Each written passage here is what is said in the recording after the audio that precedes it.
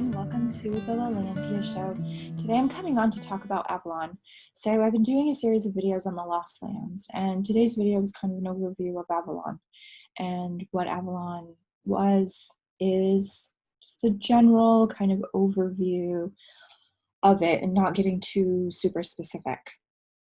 So if you are new here, my name is Lalantia. I'm a psychic realm channeler and energy healer, and I specialize in working with the magical realm, so with dragons, unicorns, mermaids, fairies, all of the different magical beings. Excuse me. I also work with ascended masters. I work with angels, gods, goddesses. I work with galactic beings, all kinds of different sorts of beings. I also work in the energy of the Lost Lands a lot. It seems like there's always more that I'm learning and new energies that I'm tapping into. I feel like there's really no limit to the things that I could talk about on this channel. That's kind of what I have going so far. So I have been doing a series on the Lost Lands, and I feel like it's really important to talk about Avalon. Avalon is very different from Lemuria and Atlantis. Avalon's energy is quite sacred and holy. Now, that doesn't mean that the others weren't, but this is more of like comparing almost like a church is sacred. Like Avalon has a very sacred, holy feeling to it. When I channeled and I did a meditation before doing this video, I connected really deeply with Avalon and channeled some of the energy that was really important to bring through. And one is that not everyone is welcome in Avalon. So in Lemuria and Atlantis, it was societies. It was all kinds of different beings. I mean, Lemuria was Lemurian beings, but there was also fairies and different magical beings. Like there was dragons and stuff like that, and mermaids.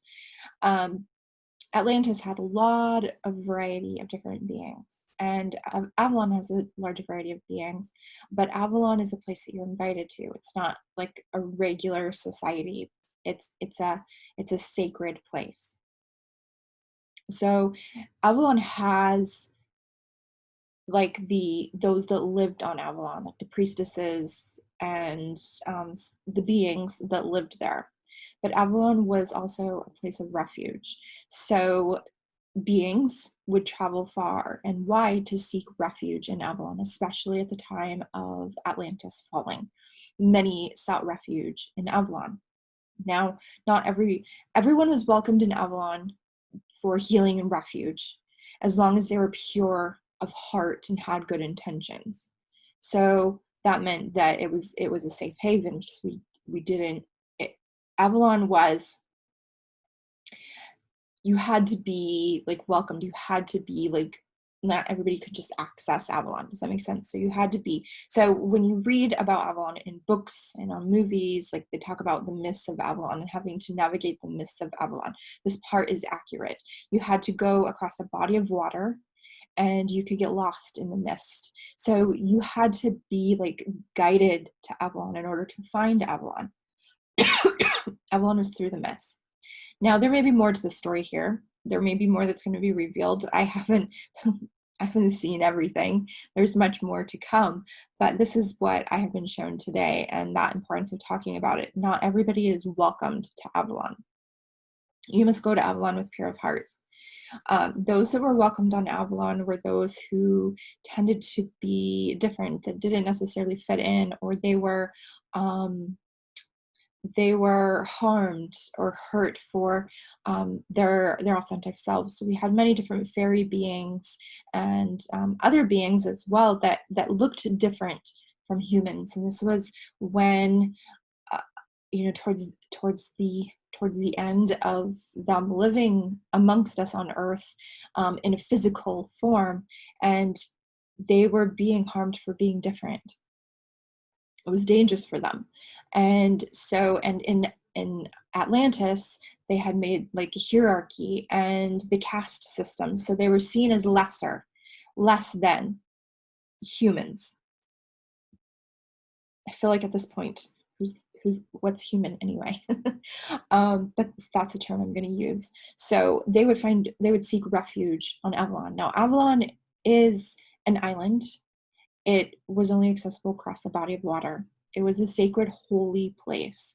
And the priestesses, of which I was one, Avalon my lifetimes on Avalon. I have always felt a very deep connection and remembrance to Avalon. To me, has been very strong in my, I don't know if memory is the right word, but when I started doing journeys, Avalon was one of the first ones to come up. So Avalon has always been really strong for me, and that's just that feeling of Avalon being home for me.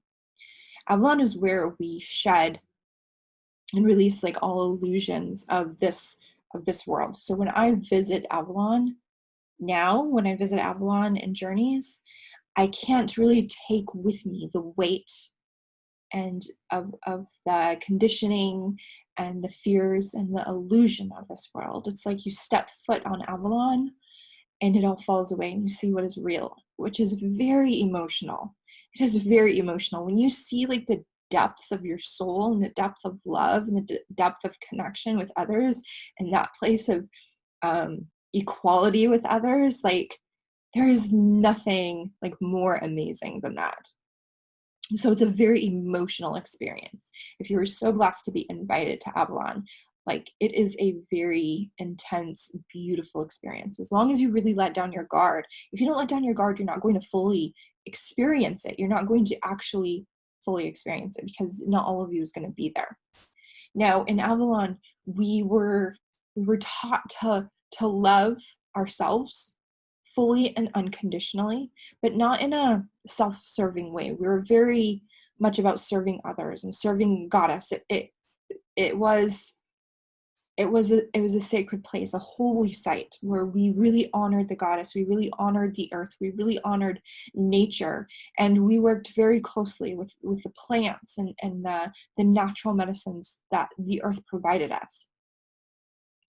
Now, I see us as a very priestess energy.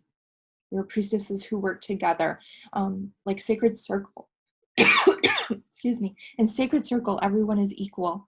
And that's what I kind of see for Avalon. Of course, there were those that had different roles, or maybe they were more of a leadership role, but we were still seen very much as equals. Now, Avalon did last for a very, very, very long period of time, but Avalon was not a huge society. It was a place where, you know, it didn't have near as many people as like Lemuria and Atlantis. It was a very small community, and it wasn't a place that just everybody was welcome. I mean, I say not everybody was welcome, but you know, it was a refuge. It was a place where people could go for safety. One of the things I was shown in this meditation this time is a fairy being. She was very, very tall, very, very tall and thin, and she had come to Avalon to seek refuge. She was, I don't know her story exactly, but she was being harmed, and so she needed a safe place to go, and she came to Avalon to receive that safe place, and she didn't make it. And when she was dying and she was laying on this table, we all surrounded her and we honored her and her life, and it was very sacred. Everything on Avalon was very much with intention. Um, we didn't just do things. We didn't live from ego.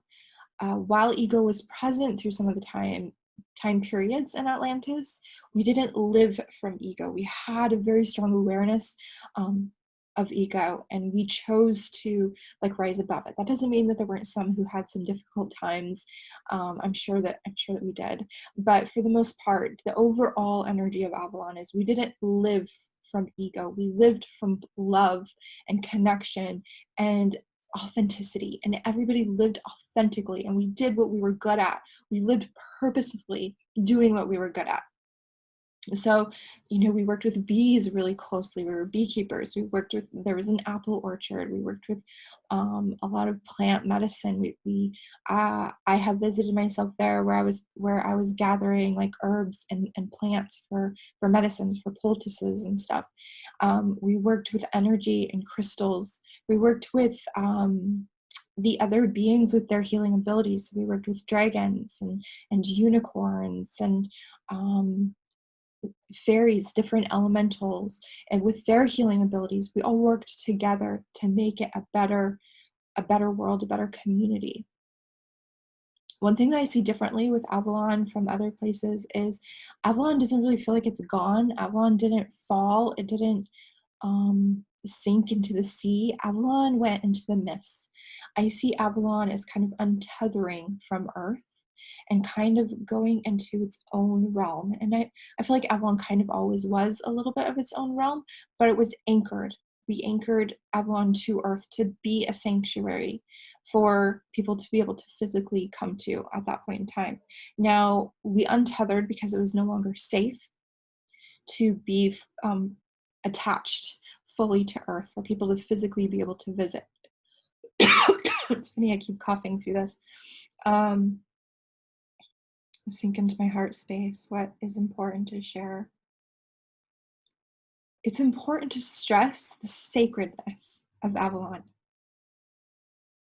the holiness of Avalon, the holiness of ourselves and our most authentic self. So when we connect with Avalon now, when we journey to Avalon or we connect to the energy of Avalon, it is so much around the heart space.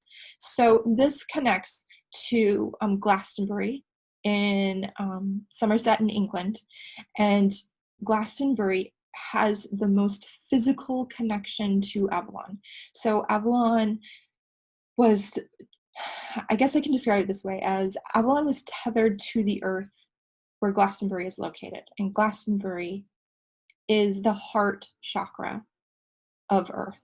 So it is a very heart-centered place. If you visit Glastonbury, you'll feel the energy. I've been there. It is incredible. There is nothing more powerful than like to feel that heart chakra energy so strongly. Like that is Glastonbury, and that is only a fraction of what you feel in Avalon, because Avalon is that heart-centered, that love space. It is holy, and it is the deepest connections that we can have to ourselves, to the goddess, to authenticity. And that is what I feel with Avalon. So Avalon to me is home, and I know that many of you feel a very strong connection to Avalon as well. And I'd be curious if you feel that connection, even if you don't know anything. Just hearing you speak about it really resonates with you, or you feel a strong connection to it from the words that I speak. Let me know in the comments below. I also would invite you to join me in my group Sorceress Circle, where I talk about it in there as well as the other lost lands and magical beings and other things regarding spirituality. So all of the links for my social media are below.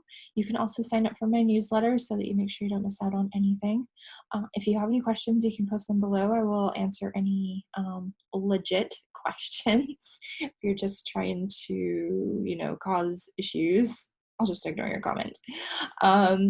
But yeah, I'm happy to answer any questions that you have. And if it's something that needs to be addressed further, then I'll do another video on it. I will be doing more videos on Avalon, I'm sure. This is just kind of an overview of it. So I hope that you enjoyed this video. I hope that you will subscribe to my channel if you are not already. Give this video a thumbs up, leave a comment, let me know your thoughts, and I will see you on the next one. Bye.